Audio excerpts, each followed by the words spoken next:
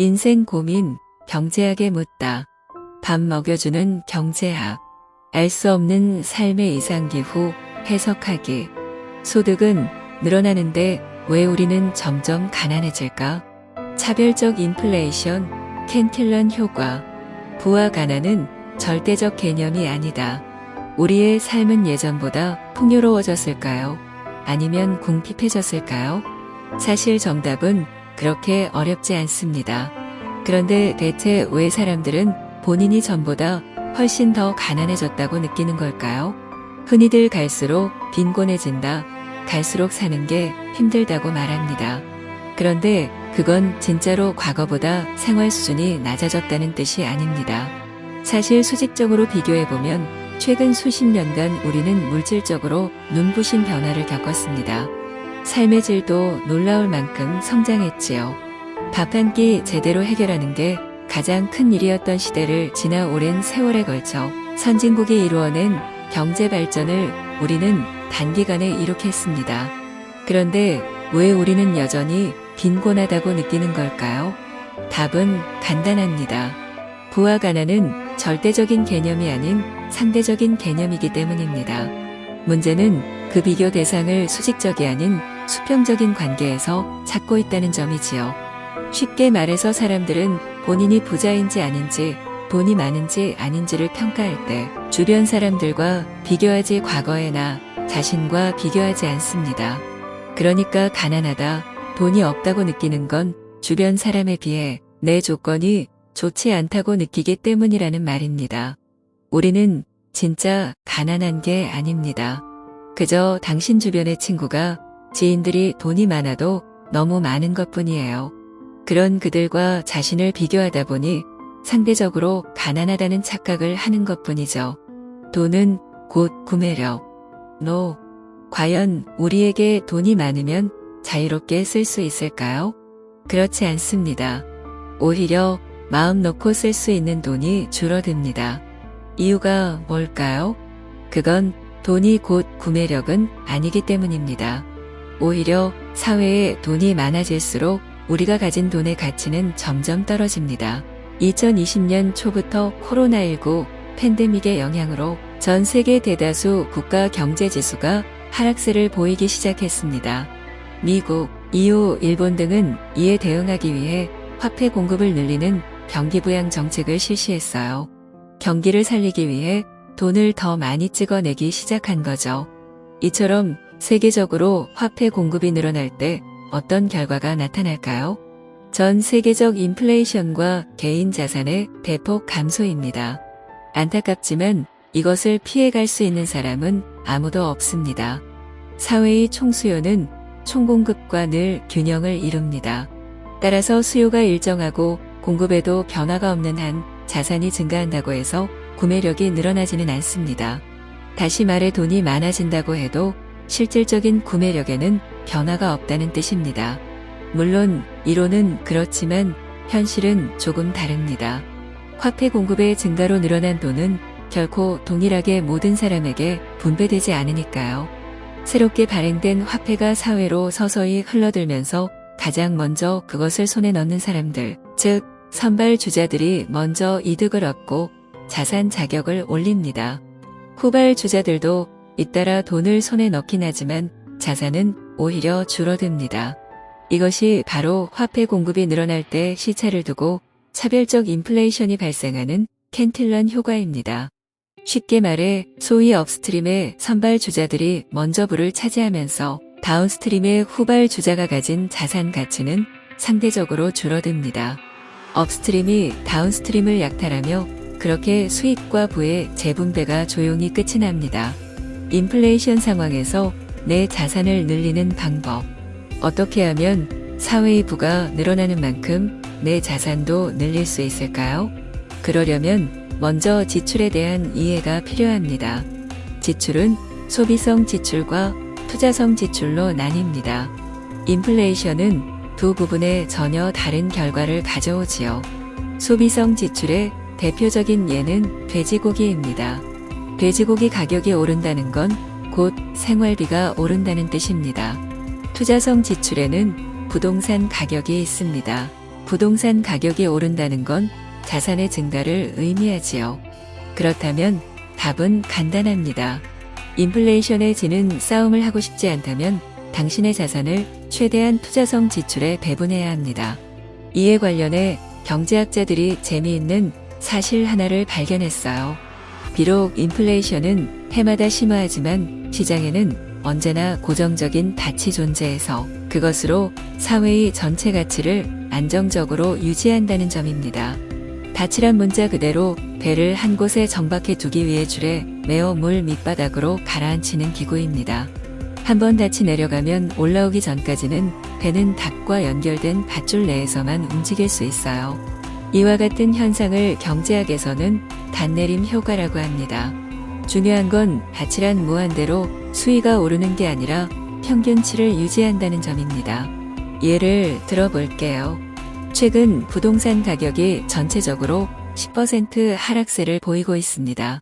그렇다고 해도 당신의 자산 순위는 크게 하락하지 않아요.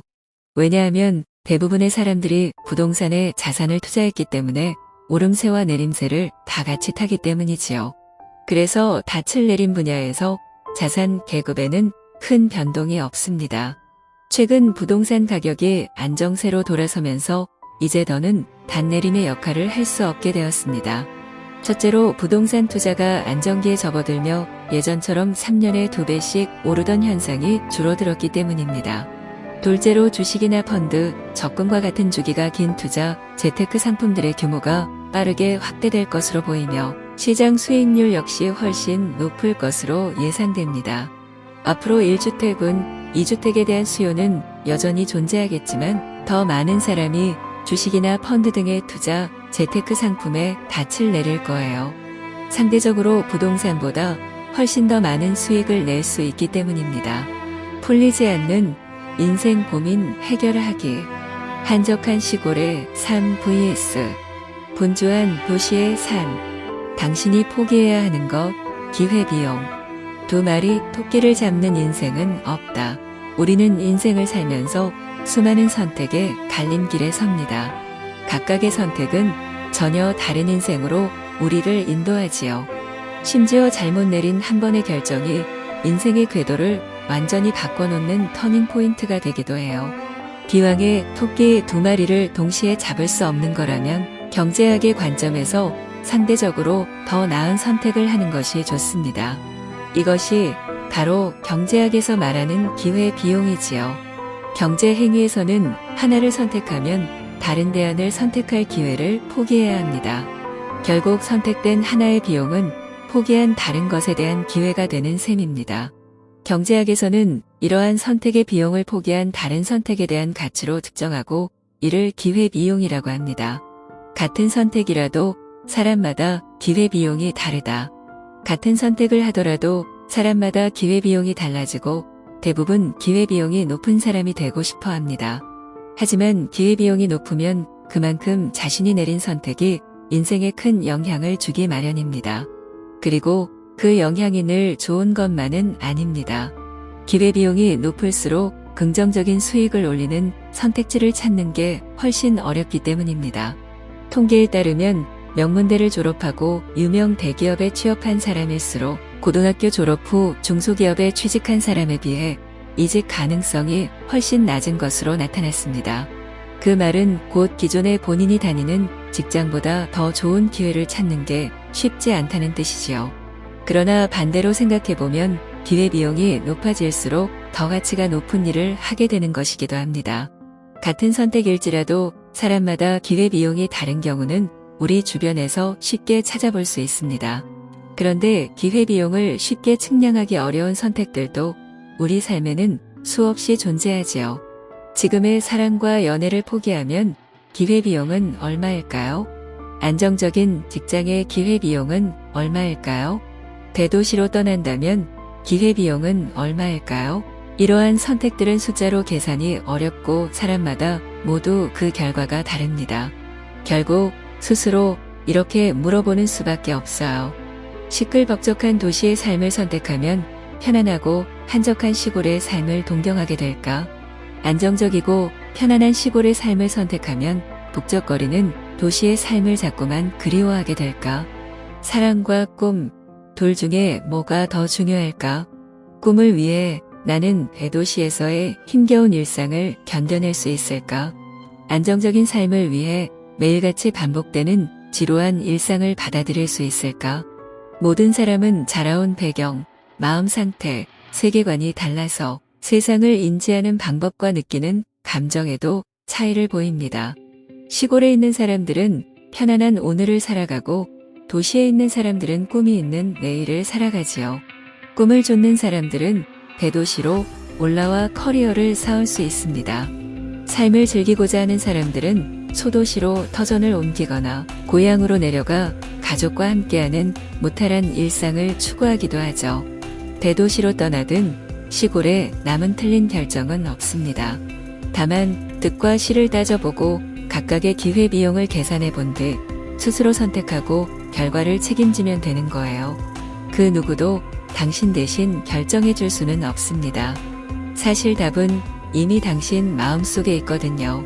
키가시노 게이고의 소설 나미야 자파점의 기적에 등장하는 구절입니다. 내가 몇 년째 상담 글을 읽으면서 깨달은 게 있어. 대부분의 경우 상담자는 이미 답을 알아. 다만 상담을 통해 그 답이 옳다는 것을 확인하고 싶은 거야. 남들은 다 잘 사는 것 같은데 내 삶은 왜 이리 힘들까? 확률과 리스크. 확률과 위험은 밀접하게 연결되어 있다. 확률과 위험은 서로 밀접하게 연결되어 있습니다. 그래서 우리는 확률로 인한 위험 요소를 최대한 줄이려고 하며 때로는 확률로 인해 짊어져야 하는 부정적 위험이나 대가를 피해 가려고 합니다. 보험회사는 사실 사고에 대한 사람들의 공포심을 이용해서 영업을 합니다. 그들은 거대 표본에 존재하는 질병의 발생률과 사람들이 지불하는 보험료 사이에서 거액의 이윤을 창출하지요. 솔직히 질병 발생의 확률과 당신이 가입하고자 하는 보험 사이에는 명확한 격차가 존재합니다. 이게 바로 보험회사가 이윤을 창출하는 근원이기도 하지요. 하지만 그들의 상술에 속아 넘어가지 않았다고 해서 위험을 잘 피해갔다고 말할 수 있을까요? 당신이 아는 것처럼 사고나 위험은 그것이 발생할 확률과도 연관이 있지만 그것이 가져올 결과와도 관련이 있습니다. 다시 말해 어떤 사건이 발생할 확률이 적다고 해도 일단 그것이 발생했을 때 미치는 영향과 손실이 심각하면 여전히 위험성 높은 일입니다. 즉, 우리가 리스크를 분석할 때는 그것이 일어날 확률뿐만 아니라 손실에 관해서도 생각해 보아야 합니다. 질병을 예로 들어볼까요? 부유한 집안이라면 아주 심각한 질병이라도 그로 인해 발생하는 의료비는 쉽게 감당할 수 있습니다. 하지만 우리 같은 일반 서민들에게는 그렇지 않아요. 당신 아버지가 암 진단을 받은 후 치료비로 많은 비용을 지불하면서 가족에게 부담을 주었는데 문제는 여기서 끝이 아니라 앞으로 병원비가 더 발생할 것이라는 사실입니다. 그렇습니다. 당신은 확률만 계산했을 뿐 그 사건이 발생함으로써 가져올 영향과 결과는 간과했어요. 그래서 위험 요소에 대한 당신의 평가와 예측은 잘못되었습니다. 보험의 가치가 바로 여기에 있습니다. 보험에 가입한다는 건 언뜻 보기엔 그 보험회사를 위해 선량한 기부를 하는 것 같은 느낌이 들기도 해요. 하지만 정말 사고가 일어나면 우리는 그걸 한꺼번에 충분히 감당해낼 힘이 없습니다. 그래서 설령 일부 대가를 지불해서라도 그 걱정을 덜어 내고자 하는 것입니다. 사실 연말마다 보험갱신료 안내 고지서를 받고 나면 이번에도 공연한 돈이 날아갔구나 하는 생각이 들기도 합니다. 그렇지만 달리 생각해보면 돈만 낸 게 오히려 잘된 일이 아닐까요? 그건 당신의 애군이 줄어들었다는 뜻이기도 하니까요. 게다가 매번 보험료를 내고 나면 설령 사고를 당한다고 해도 그것에 대한 충분한 준비가 되어 있으니 안심할 수 있습니다. 인생에는 무수한 확률이 존재하지만 무수한 선택도 존재합니다. 일이든 삶이든 확률을 정확히 이해하고 아름다운 일이 삶에 일어날 기회를 쟁취하기 위해 노력해야 합니다. 단기간에 일어날 확률의 변동은 운으로 여기고 계속해서 당신의 자리에서 할 수 있는 노력을 하며 올바른 결정을 하길 바랍니다. 약 6강식 세상에서 어떻게 살아남아야 할까? 약자의 무기가 되는 게임 이론. 골리앗을 이긴 다윗의 비밀. 게임 이론. 전기세마라는 사자성어가 있습니다. 순빈이 제나라의 10개구로 있을 무렵 제나라에서 유행하는 경마 경기를 보던 중에 있었던 일입니다. 제왕과 제의 장수전기의 시합에서 번번이 전기가 패하자 순빈이 전기에게 필승의 전략을 알려줍니다. 당신이 이길 수 있는 방법이 있습니다. 당신은 하품의 말로 제왕의 상품말을 상대하고 다시 당신의 상품의 말로 그의 종품의 말을 상대하고 마지막으로 당신의 종품의 말로 그의 하품의 말을 상대하면 간단하지 않습니까? 그렇게 하면 언제든지 2대1로 승리를 하게 되실 것입니다. 이것이 바로 전형적인 게임 이론입니다. 약자가 강자를 이기는 방법. 미국 캘리포니아 대학 로스앤젤레스 캠퍼스의 정치학과 교수 마이클 최는 게임 이론가 제인 오스틴이라는 책에서 다음과 같이 설명했습니다. 게임 이론은 냉전 전략을 해석할 때도 사용할 수 있지만 사회의 약자들에게는 가장 원시적인 무기로 사용되기도 한다. 사실 연말마다 보험갱신료 안내 고지서를 받고 나면 이번에도 공연한 돈이 날아갔구나 하는 생각이 들기도 합니다. 그렇지만 달리 생각해보면 돈만 낸 게 오히려 잘된 일이 아닐까요? 그건 당신의 애군이 줄어들었다는 뜻이기도 하니까요. 게다가 매번 보험료를 내고 나면 설령사고를 당한다고 해도 그것에 대한 충분한 준비가 되어 있으니 안심할 수 있습니다. 인생에는 무수한 확률이 존재하지만 무수한 선택도 존재합니다. 일이든 삶이든 확률을 정확히 이해하고 아름다운 일이 삶에 일어날 기회를 쟁취하기 위해 노력해야 합니다. 단기간에 일어날 확률의 변동은 운으로 여기고 계속해서 당신의 자리에서 할 수 있는 노력을 하며 올바른 결정을 하길 바랍니다. 약 6강식 세상에서 어떻게 살아남아야 할까? 약자의 무기가 되는 게임 이론. 골리앗을 이긴 다윗의 비밀. 게임 이론. 전기세마라는 사자성어가 있습니다. 순빈이 제나라의 10개구로 있을 무렵 제나라에서 유행하는 경마 경기를 보던 중에 있었던 일입니다. 제왕과 제의 장수전기의 시합에서 번번이 전기가 패하자 순빈이 전기에게 필승의 전략을 알려줍니다. 당신이 이길 수 있는 방법이 있습니다. 당신은 하품의 말로 제왕의 상품말을 상대하고 다시 당신의 상품의 말로 그의 종품의 말을 상대하고 마지막으로 당신의 종품의 말로 그의 하품의 말을 상대하면 간단하지 않습니까? 그렇게 하면 언제든지 2대1로 승리를 하게 되실 것입니다. 이것이 바로 전형적인 게임 이론입니다. 약자가 강자를 이기는 방법. 미국 캘리포니아 대학 로스앤젤레스 캠퍼스의 정치학과 교수 마이클 최는 게임 이론가 제인 오스틴이라는 책에서 다음과 같이 설명했습니다.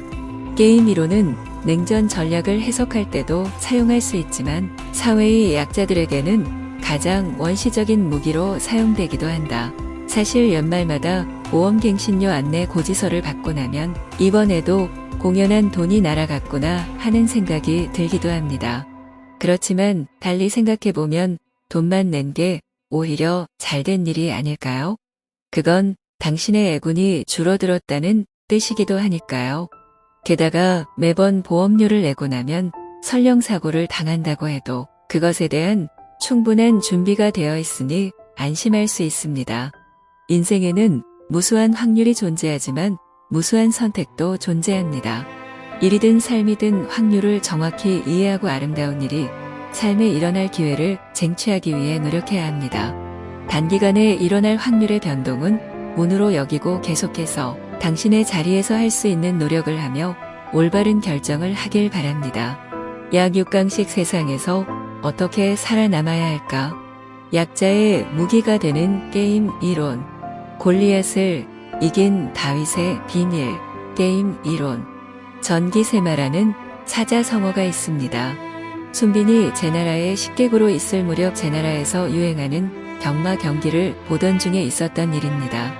제왕과 제의 장수전기의 시합에서 번번이 전기가 패하자 손빈이 전기에게 필승의 전략을 알려줍니다. 당신이 이길 수 있는 방법이 있습니다. 당신은 하품의 말로 제왕의 상품말을 상대하고 다시 당신의 상품의 말로 그의 종품의 말을 상대하고 마지막으로 당신의 종품의 말로 그의 하품의 말을 상대하면 간단하지 않습니까? 그렇게 하면 언제든지 2대1로 승리를 하게 되실 것입니다. 이것이 바로 전형적인 게임 이론입니다. 약자가 강자를 이기는 방법. 미국 캘리포니아 대학 로스앤젤레스 캠퍼스의 정치학과 교수 마이클 최는 게임 이론가 제인 오스틴이라는 책에서 다음과 같이 설명했습니다. 게임 이론은 냉전 전략을 해석할 때도 사용할 수 있지만 사회의 약자들에게는 가장 원시적인 무기로 사용되기도 한다. 사실 연말마다 보험갱신료 안내 고지서를 받고 나면 이번에도 공연한 돈이 날아갔구나 하는 생각이 들기도 합니다. 그렇지만 달리 생각해보면 돈만 낸 게 오히려 잘된 일이 아닐까요? 그건 당신의 애군이 줄어들었다는 뜻이기도 하니까요. 게다가 매번 보험료를 내고 나면 설령사고를 당한다고 해도 그것에 대한 충분한 준비가 되어 있으니 안심할 수 있습니다. 인생에는 무수한 확률이 존재하지만 무수한 선택도 존재합니다. 일이든 삶이든 확률을 정확히 이해하고 아름다운 일이 삶에 일어날 기회를 쟁취하기 위해 노력해야 합니다. 단기간에 일어날 확률의 변동은 운으로 여기고 계속해서 당신의 자리에서 할 수 있는 노력을 하며 올바른 결정을 하길 바랍니다. 약 6강식 세상에서 어떻게 살아남아야 할까? 약자의 무기가 되는 게임 이론. 골리앗을 이긴 다윗의 비밀. 게임 이론. 전기세마라는 사자성어가 있습니다. 손빈이 제나라의 식객으로 있을 무렵 제나라에서 유행하는 경마 경기를 보던 중에 있었던 일입니다. 제왕과 제의 장수전기의 시합에서 번번이 전기가 패하자 손빈이 전기에게 필승의 전략을 알려줍니다. 당신이 이길 수 있는 방법이 있습니다. 당신은 하품의 말로 제왕의 상품말을 상대하고 다시 당신의 상품의 말로 그의 종품의 말을 상대하고 마지막으로 당신의 종품의 말로 그의 하품의 말을 상대하면 간단하지 않습니까? 그렇게 하면 언제든지 2대1로 승리를 하게 되실 것입니다. 이것이 바로 전형적인 게임 이론입니다. 약자가 강자를 이기는 방법. 미국 캘리포니아 대학 로스앤젤레스 캠퍼스의 정치학과 교수 마이클 최는 게임 이론가 제인 오스틴이라는 책에서 다음과 같이 설명했습니다. 게임 이론은 냉전 전략을 해석할 때도 사용할 수 있지만 사회의 약자들에게는 가장 원시적인 무기로 사용되기도 한다. 사실 연말마다 보험갱신료 안내 고지서를 받고 나면 이번에도 공연한 돈이 날아갔구나 하는 생각이 들기도 합니다. 그렇지만 달리 생각해보면 돈만 낸 게 오히려 잘된 일이 아닐까요? 그건 당신의 애군이 줄어들었다는 뜻이기도 하니까요. 게다가 매번 보험료를 내고 나면 설령사고를 당한다고 해도 그것에 대한 충분한 준비가 되어 있으니 안심할 수 있습니다. 인생에는 무수한 확률이 존재하지만 무수한 선택도 존재합니다. 일이든 삶이든 확률을 정확히 이해하고 아름다운 일이 삶에 일어날 기회를 쟁취하기 위해 노력해야 합니다. 단기간에 일어날 확률의 변동은 운으로 여기고 계속해서 당신의 자리에서 할 수 있는 노력을 하며 올바른 결정을 하길 바랍니다. 약 6강식 세상에서 어떻게 살아남아야 할까? 약자의 무기가 되는 게임 이론. 골리앗을 이긴 다윗의 비밀. 게임 이론. 전기세마라는 사자성어가 있습니다. 손빈이 제나라의 식객으로 있을 무렵 제나라에서 유행하는 경마 경기를 보던 중에 있었던 일입니다. 제왕과 제의 장수전기의 시합에서 번번이 전기가 패하자 손빈이 전기에게 필승의 전략을 알려줍니다. 당신이 이길 수 있는 방법이 있습니다. 당신은 하품의 말로 제왕의 상품말을 상대하고 다시 당신의 상품의 말로 그의 종품의 말을 상대하고 마지막으로 당신의 종품의 말로 그의 하품의 말을 상대하면 간단하지 않습니까? 그렇게 하면 언제든지 2대 1로 승리를 하게 되실 것입니다. 이것이 바로 전형적인 게임 이론입니다. 약자가 강자를 이기는 방법. 미국 캘리포니아 대학 로스앤젤레스 캠퍼스의 정치학과 교수 마이클 최는 게임 이론가 제인 오스틴이라는 책에서 다음과 같이 설명했습니다. 게임 이론은 냉전 전략을 해석할 때도 사용할 수 있지만 사회의 약자들에게는 가장 원시적인 무기로 사용되기도 한다.